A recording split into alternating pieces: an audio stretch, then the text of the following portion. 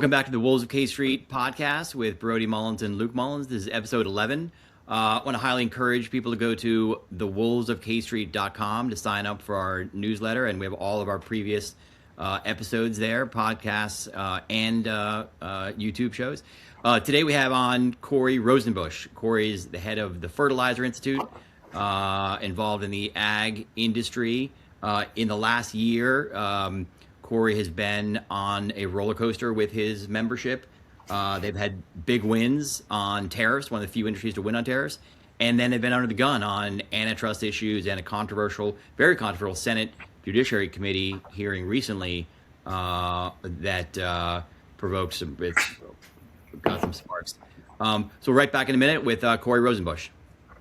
Today's episode is brought to you by the Alzheimer's Association. Congress can connect Americans to Alzheimer's solutions, scientists and patients to dementia research, and Americans to early and accurate dementia diagnosis. Let's pursue our vision of a world without Alzheimer's and all other dementia as we accelerate progress beyond where we stand today.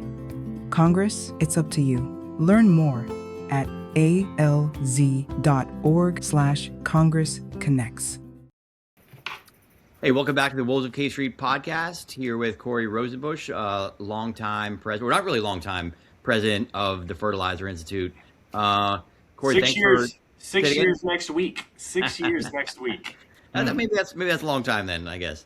So would love to talk to you about how you guys are not just surviving but thriving in the Trump world. I mean, one of the things that we find so fascinating here is that so many companies and industries find themselves under the gun and sort of battling this administration, whereas you guys seems like you're winning or ahead of the curve. So, but first, tell us about how you got to DC. You're from Texas. What was your first job here?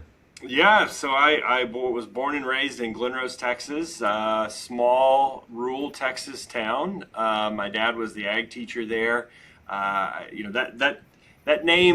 That town didn't have a lot of recognition, but it does now because our Secretary of Agriculture is from Glen Rose. She and I grew up together. And when you have 2,000 people in your hometown, you know everyone. My dad was our ag teacher, went to school together. But we both joke that neither of us are really famous for Glen Rose standards because our most famous Glen Rosian is Dan Campbell, who is the head coach of the NFL Detroit Lions fame. So if you're a Detroit Lions fan, you'll know who Dan Campbell is. I played football with him. He was years older than me. It was a lot of fun. So I studied agriculture at Texas A&M. My first career was actually in international development. So I was doing a lot of USAID work. My wife and I got married on a Saturday. She had never been outside the country, and we moved to Indonesia on a Monday. Wow. And somehow we did not get divorced. Our marriage thrived, but after 3 years, she had enough. She was ready to move back home. At that point, home is relative. So we landed in Washington, D.C. Because I had been doing some work with some farmers and growers, I ended up connecting through Texas A&M's Lobbyists at the time with an association called the Global Cold Chain Alliance. And they hired me to really kind of be a number two there, and spent 14 years there, half as number two, half as the CEO. My plan was to get on a container vessel and take a 1 month journey back to DC. I thought that would be fun, but I was moving my wife up here because she was starting a doctorate at George Washington University. And while I was here, I got a job and said I'll be back in a month and a half. So that was my journey. So your wife wasn't enthusiastic about a 1 month trip on a container ship? Well, she wasn't going to join me. I was moving her in. I was going back because I had to finish and pack out our own container to get all of our household belongings back. So I was in no hurry to start work. So why not? She was in classes all day. Right. So let's get right to the most controversial part, if you don't mind. Tell us about this Senate Judiciary Committee hearing and some of the stuff that happened afterwards. Yeah, I think it really goes back to, I mean, the background is that one, the farm economy is not doing great right now. We're not getting China to buy our soybeans. You've got deflated corn and soybean markets. Half of all of the fertilizer applied in the United States is applied on the corn product. So the price of corn really rules the world when it comes to fertilizer. And our market has been incredibly volatile. A few short years ago, we were at record lows. And then we saw a 300% spike, and then things kind of calmed down to the 10-year average. And then early last year, the markets got crazy, and we can talk about some of the fun geopolitics around Russia and those kind of things as well. But it really makes it difficult for farmers to plan. They have a challenge of predicting what their input costs are going to be. Fertilizer is the most expensive, one of the most expensive for them, a big part of their costs. And so therefore, we started getting a lot of pressure, and farmers started really to scream at their elected officials in the administration. It's a big part of the base. Senator Grassley, who of course is a farmer from Iowa, was hearing from his constituents about this issue in his jurisdiction as chair of the Judiciary Committee, allowed him to call a hearing on competitiveness issues, specifically focused on seed and fertilizers. So it was not fun. It was as you know, a little bit of theater. That's always what happens. But I think the stakes on a Judiciary Committee are high. And a senator you can go back and watch on C-SPAN accused me of killing the farmer, that I am destroying American agriculture. And as an ag guy myself that grew up raising hogs and studying agriculture, that's the least of my desire, but there's always theater. The head of antitrust was there, sitting right behind us, of course, and so that also elevates every word that you say. We're not really sure what's going to come out of it. There were two things. One, USDA, shortly before they announced the bridge payments, had kind of gotten wind, and out on the road, growers will say, well, sure, you can cut us a check, but that's just going to help us pay our bills. It's going to go straight to the fertilizer companies. And so I think that gets misconstrued, because the reality is when a farmer harvests, they take their check for tax purposes and they prepay for a lot of their inputs for the year. So sure, practically that's what happens, but it kind of got taken out of control a little bit. So that was kind of a fire across the bow of, hey, if we do any kind of these payments, don't go messing with your prices, which we don't. It's a global commodity, globally traded commodity.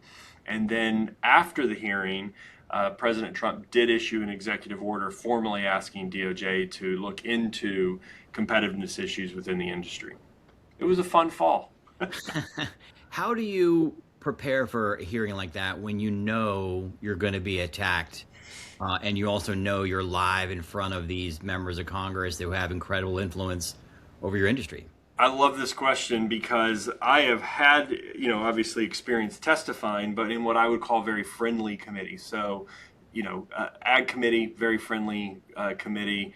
House Natural Resources on some of our critical mineral stuff, again, somewhat friendly committee. But Senate Judiciary, for completely different ballgame, especially when you've got your member companies staring down potential antitrust issues. So we hired a law firm. They came in. We did murder boards 2 different days. Role played various senators. Asked all the hard questions. Paused. Critiqued my answers. There was a lot of coaching. We had the whole team in. We only had a week's notice, by the way. Wow. This was 7 days to prep, and spent the weekend doing prep. Of course, you got to get your written and oral testimony together in addition to it. But they did a lot of role playing. They showed a lot of videos. So they had a lot of tape that they would feature of the senator, how they like to ask their questions, which, by the way, were spot on, right down to the personality, key themes even, that may have nothing to do with fertilizer. And so that was a big part of the prep. But I think the thing that happened that was the most valuable to me and to this association, and frankly to our member companies, it was the Friday afternoon, the weekend before the hearing, and we asked all of the company reps that have DC offices to come into the office. We ordered lunch, and we literally spent the entire afternoon. I think we were in the conference room for 3 hours. and I said, look, I've done my murder boards with the law firm. I don't really want you to ask me questions, but what I want to do is I'm going to spend these 3 hours asking you questions that I'm most nervous about answering, not because of how the Senate will react, but how you as a company would react. And I asked some really hard questions about trade, and that was probably one of the most controversial ones because we have members on all sides of the aisle, all sides of the issue when it comes to trade. And it was incredibly healthy for really the first time I remember in 6 years of being here to watch them debate each other. And it was a small setting. It was, probably seven of them. So it wasn't in a big committee. And I feel like we really walked out of there with a better understanding of where each company was coming from on this issue. And I think perhaps bought me a tremendous amount of grace that no matter what I said, they at least knew that we had their best interest. That was the most important part of the prep. So let me dive into two more questions here. This is so fascinating. When a senator is asking you a question, are they asking the question to be on TV? I mean, do they care at all? Is the question about the question, or is it about the answer? Great question. I think it's depending on who's asking it, but in most cases, it's about the question, right? You can tell they don't really want to hear. They don't really want to hear your answer. They want to talk. I mean, I'll say one of the most positive questions we got was from Senator Moody out of Florida. Brand new senator, took over Marco Rubio's seat. She comes from an ag background, very close to where the phosphate mines are in Florida, one of the most productive phosphate production areas in the world. And, if her 5 minutes, she probably spent 4 minutes talking about how critical those phosphate mines in Florida are to the economy, to their communities, and frankly, to food security. So by the time she got to my question, I only got about 30 seconds. But in that context, it's great to have a senator up there, talking right from your talking points almost. And it's also another interesting question is your audience. You're being asked these questions by the senators, so like presumably the audience is the Republicans and Democrats on the Senate Judiciary Committee. But as you said, the audience is also your own membership. And then the audience is the whole public. I mean, how do you balance all that? Yeah, that's exactly right. And I was in Houston last week at a conference, and I had a member that was there that came up to me, and I continue to hear this, that said they really appreciated how well we represented the industry in that hearing. It made them very proud. I'm like, wow, you feel the pressure personally, but you don't realize that they all are sitting behind that table with you. And he said he got up. It's a big trading floor, right? You can imagine a commodity trading floor. And he said he got up at some point, wish I could have done that, and walked to the restroom. And he said every computer screen on the trading floor had the C-SPAN stream going of the hearing. I went, are you kidding me? You're in like the middle of heartland of America, and all you guys are watching this C-SPAN hearing? They said, yeah. It was consequential for us in our business and what we were going to be doing the next day. So, Corey, can I ask you? Yeah, you did so much to prepare for the hearing. Was there a question that slipped through, right? That you felt unprepared for? Not really. I think all the questions were good. I mean, there was a few things where we get confused with pesticides a lot, right? So there was some pesticide-related questions that aren't fertilizer, and so those are always kind of hard to answer. I'd say it wasn't a question. At one point, one of the senators attacked me, and that I think it's impossible to prepare for that. Other than they say, you just got to breathe, slow, don't fall into the trap. But not many gotcha questions. I was surprised by that. Well, let's move from that topic to tariffs. One other quick thing on the prep work. I gotta tell you, my team was amazing. They actually went into every single Senate office or called every single Senate office before that hearing and had a discussion, gave them prep, gave some of our background materials. I think that helped tremendously because walking out of that, I felt like the seed side probably got a lot more of the harder questions than we did. Fascinating. And was that done by your team or the outside firm? Okay. Our team. Yeah, we have a team of 4 lobbyists, and they all were very good. Yeah. So let's talk about tariffs. So you guys were getting whacked, and then you ended up winning, or currently are winning. But walk us through that whole journey. Well, I think it starts on inauguration night, and we were at the Ag Ball, and I was there with a couple of my member companies, and that was when President Trump announced the Canada-Mexico tariffs. And that's significant because, we have to import almost all of our potash, and about 87% of it comes from Canada. And this was January. We were starting to get the supply chain going for spring planting. And one of my conversations the next week at the White House was, well, can't this just wait? We'll get through this, right? I think this is just part of the process. And I said, look, you can't just put fertilizer on a plant in July. It's not the way the world and Mother Nature works. I mean, the timing was so critical, and 87% of that product coming from Canada was going to have a big impact. So, we literally almost fell out of our chairs when a couple weeks later in the Oval Office, President Trump is signing an executive order exempting potash from that tariff. They still called it potash, which is one of our pet peeves, but that's okay. We still got what we needed there. So that was really critical. And then fast forward here to November, and again, this mounting pressure where the farm economy's tough, and adding additional costs, or in some case, no supply. I'll use phosphate as an example. We have to import about 40% of our phosphates. China is the largest producer of those, although we don't bring any in from China. Russia, Morocco are two large producers. They currently have a countervailing duty on those. So really, Saudi Arabia is a big player. And we had not seen a Saudi ship of phosphates come into the country since April 1. And that's 40% of the farmers' need.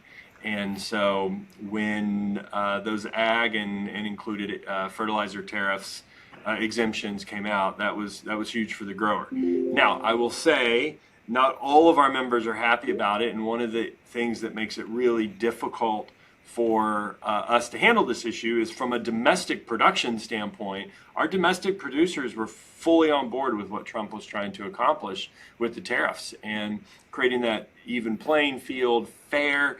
If a nitrogen manufacturer in the United States is having to pay a 6% tariff in Europe to export nitrogen to Europe, they shouldn't be allowed to come in here at 0%. So this was incredibly difficult to figure out how to thread the needle on this issue. Corey, can you talk a little bit about? Go ahead, Luke. Can you talk a little bit about your tactics, right? Your approach for, for trying to influence the Trump administration, with regard to the tariffs, for example. Yeah, I would say it was largely providing them with information, because we had to be very careful about lobbying a certain way. And I'll use this as an example. 3 of the Russian oligarchs that were hit with sanctions after Russia invaded Ukraine are my members, and they don't personally sit on the board, but their presidents sit on our board. Wow. And so when the IEEPA reciprocal tariffs came out, we immediately called the White House and said, hey, Russia's not on the list. And they said, well, of course it's not on the list. Why would it be on the list? We don't have a trading relationship with Russia. And I said, well, they're the largest supplier of urea and UAN fertilizer to the United States. And they're like, what? Why do you fertilizer people have to be the exception to everything we do? Russia's market share doubled after April 1. Because they were now the only country that could come in, other than Canada and Mexico, which we didn't bring any a lot in from. Their market share doubled because of the IEEPA tariffs. So guess who does not want me up there lobbying to remove the IEEPA tariffs?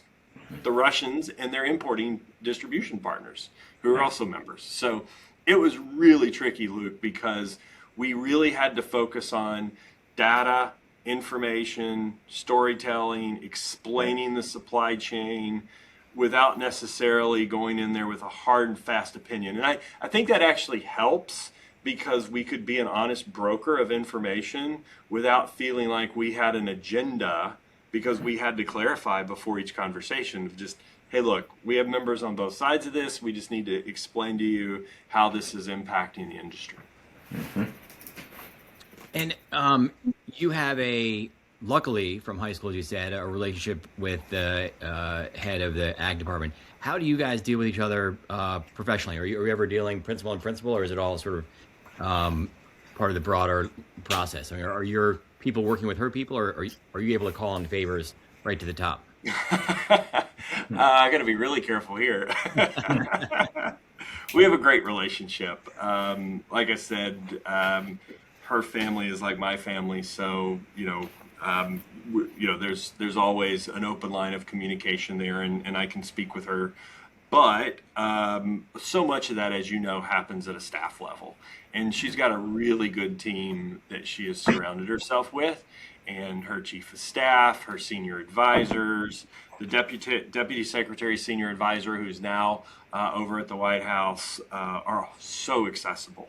Probably some of the most accessible. Some of the most accessible folks that we've ever worked with in the administration. Can we talk about this rail merger? So last year, big announcement by Union Pacific and Norfolk Southern, they're going to merge. There's 4 major railroads. This will be taking 4 and moving to 3. In a sort of normal world, that's considered too much consolidation. The railroad industry is a little more complicated than that. But this railroad merger is sort of moving through the DC antitrust process. What's fascinating to me is that a lot of big industries in the U.S. that normally would be Republican are against this merger because they're concerned about increasing consolidation and less choice and higher prices. Where are you guys? Yeah, I mean, we are not proponents of the merger. We don't believe that this will allow for more competitive pricing and service along the lines that those two serve. I'll give an example.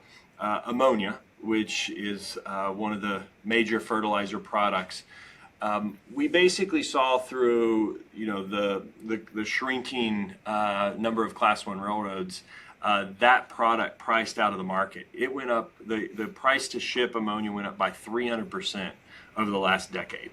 And it just doesn't make sense. Now, ammonia is also not a product you exactly want to move to trucks and have out there on the road. So some of this just does not make logical sense, but at the same time, we just have fewer and fewer options, and frankly speaking, the rail consolidation can make a decision about what they want to do around those things and just kind of leave it with us.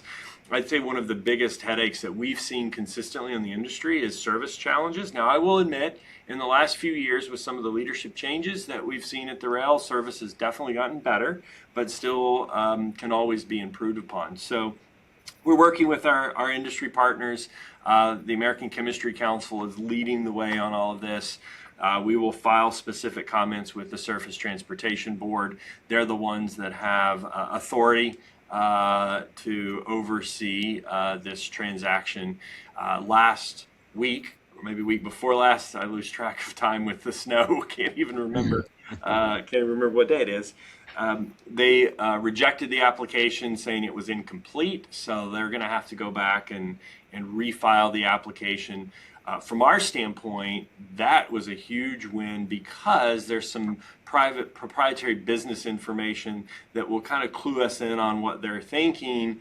I'll be honest, I'm not sure that the STB is going to block this merger. I think a big part of our strategy is to speak up and make sure if they do approve it, we get the concessions that we need to make sure that service and frankly speaking, price does not dominate the day.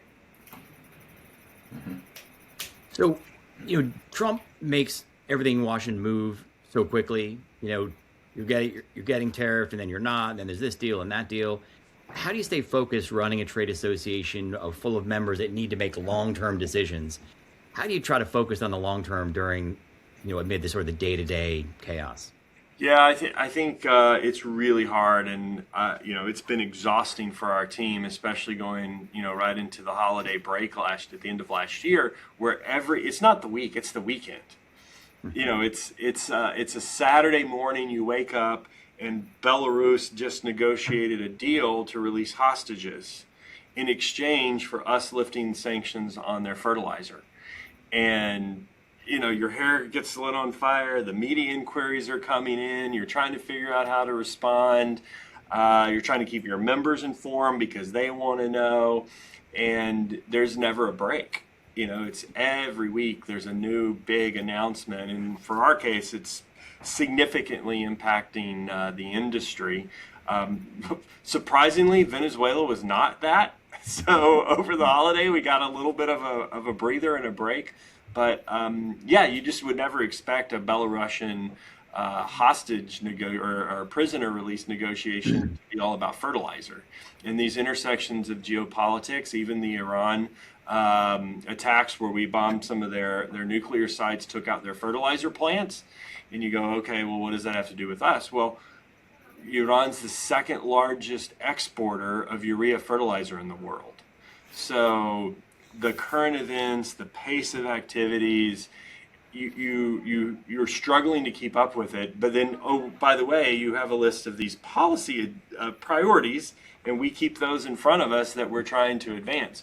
And so that's what we do. We on a quarterly basis are looking at those policy priorities that the board reviewed and approved. We're trying to measure progress towards achieving them, benchmarking how we're doing, so that we can kind of keep focused on the North Star while putting out fires on Saturday mornings. Fascinating. Corey, thanks so much for joining us. Luke, do you have any other questions? No, well, I just had one sort of tactical question, Corey. One of the things we've been hearing from a number of guests we've had on is how the Trump administration seems to respond better to CEOs of member companies than necessarily trade associations and or their lobbyists in Washington. What have you seen, right, from your end, and have you found this to be a particularly helpful time, to get some of your members in front of the administration? Yeah, I don't think I'm revealing any secrets to say that, the administration is definitely a populist movement, and has labeled Washington, D.C. as the swamp, and I think that in some cases we're part of that swamp. The association is part of that mechanism, and so therefore we don't want to talk to the associations. Right. And I think even when some groups have gone into the White House, their associations have been told, but we don't want you there. And I'll let them reveal for themselves whether they want to admit to that or not. But it's happened on multiple occasions, and so I think we've been labeled that way. So you have to figure out how to navigate it, and I think your companies also don't want to be out there by themselves. They want the association to speak for the group and for the industry. So I think that's helpful when the CEOs will step up and say that to them. We've been invited in as a group of CEOs before. It ended up getting canceled for a much longer story, but they were working through us to organize it. And so I have found people, and our main contact at the White House has been great. She wants to start at the association. She knows how important they are, and then she wants to work down and have some individual conversations. And we've taken a couple of CEOs in to meet with them. That's fascinating. Yeah. Corey, again, thanks for your time. Appreciate it. Stay warm. My pleasure. We'll talk soon. Thanks. Bye-bye. Today's episode is brought to you by Capital Bank, a leader in political banking financial solutions. Managing a corporate or trade association PAC? Eliminate unnecessary fees, protect your funds with Positive Pay and ACH Filter, and secure deposits beyond FDIC limits with ICS accounts through IntraFi. Maximize your funds. More protection. Total peace of mind. Learn more at CapitalBankMD.com. Capital Bank. Partners in your vision. Member FDIC. Welcome back to the Wolves of K Street podcast. Corey Rosenbusch. Luke, what do you think? Fascinating. I just think about this issue we've talked about in other episodes about the tension between the balance between an association's members and the association itself, and it just seems like a more complicated dynamic than normal usually. Members or these associations have to figure out when are you going to center the association and when are you going to center the members when trying to influence this administration. Yeah, I think that's right. And I think what you said best is that it's so much more complicated than it used to be.